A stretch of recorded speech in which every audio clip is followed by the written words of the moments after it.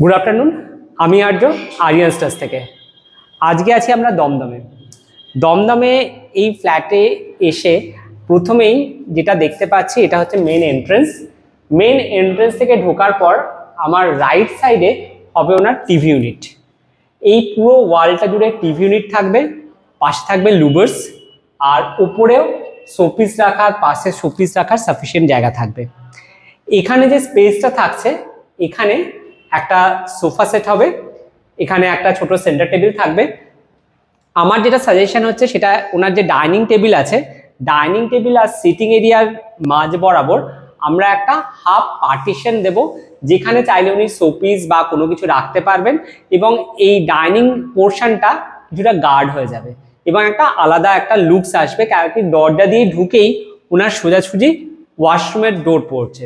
তো যে পার্টিশন ওয়ালটা আমরা আনবো সেটা আমরা এই বরাবর আনবো, যেটা হাফ পার্টিশন হবে, যেখানে প্ল্যান্টস বা কোনো শোপিস উনি রাখতে পারবেন। উপর থেকে লাইটস থাকবে, পুরো সিলিং বরাবর ফল সিলিং হয়ে যাচ্ছে।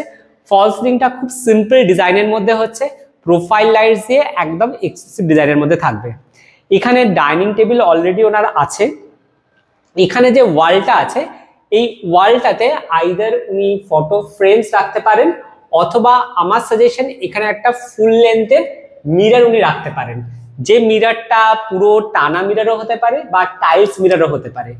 আর ডাইনিং টেবিলটাকে আর একটু শিফট করে এখানে একটা জাস্ট হাফ ওয়ার্ড্রপ টাইপের করা যেতে পারে, যেখানে উনি ক্রকারি রাখতে পারেন, এর উপরে কোনো শোপিস রাখতে পারেন। ডেপথ বেশি হবে না, ডেপথ জাস্ট এইটুকুনির মধ্যেই থাকবে, সেভাবে কিন্তু ডেকোরেট এই পোর্শনটাকে করানো যেতে পারে।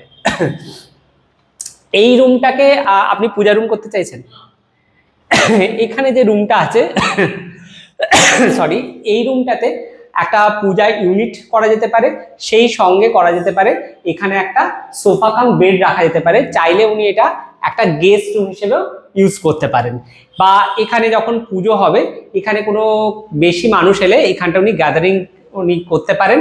এবং এই কর্নারটাতে সুন্দর করে একটা মন্দির ইউনিট ডিজাইন করা যেতে পারে, যেখানে যে টুলটা থাকবে সেটাও একটা ডেকোরেশনের পার্ট হিসেবে থাকবে। এবং এই গোটা ঘরটাতেই পূজার থিমে উনি ডেকোরেট করতে পারেন। এই দরজাগুলোতে পুরোটায় প্যানেলিং হয়ে যাবে এবং মাইকা পেস্টিং হয়ে যাবে।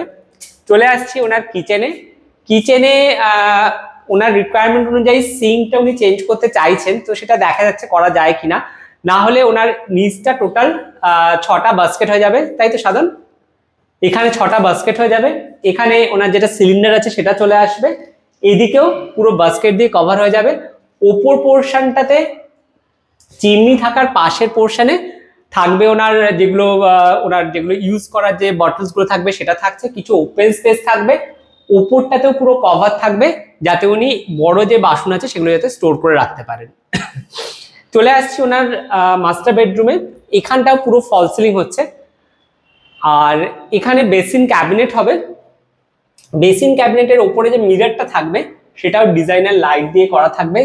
দেখবো যদি এখানে লুভার্সের কোনো ডিজাইন করে দেওয়া যায়, তাতে লুকসটা আরো ভালো আসবে।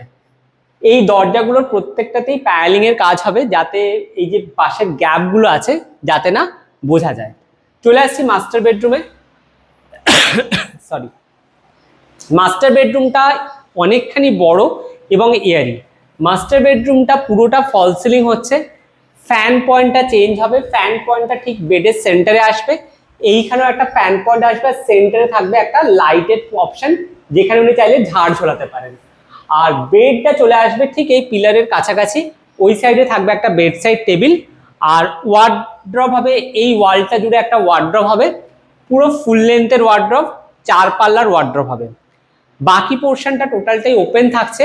এই ওয়ালে মোল্ডিং বিট দেওয়া যেতে পারে, বা টেক্সচার বা ওয়ালপেপার ইউজ করা যেতে পারে এখানে। আর বাকি ওয়ালগুলো একটা প্লেন থিমে থাকবে। চলে আসছি ওনার নেক্সট বেডরুমে। এই বেডরুমটা বড় এবং খুব কোজি রুমটা। এর সাথে একটা ব্যালকনি আছে, ব্যালকনিটা থেকে পুরো সিটির ভিউটা পাওয়া যায়।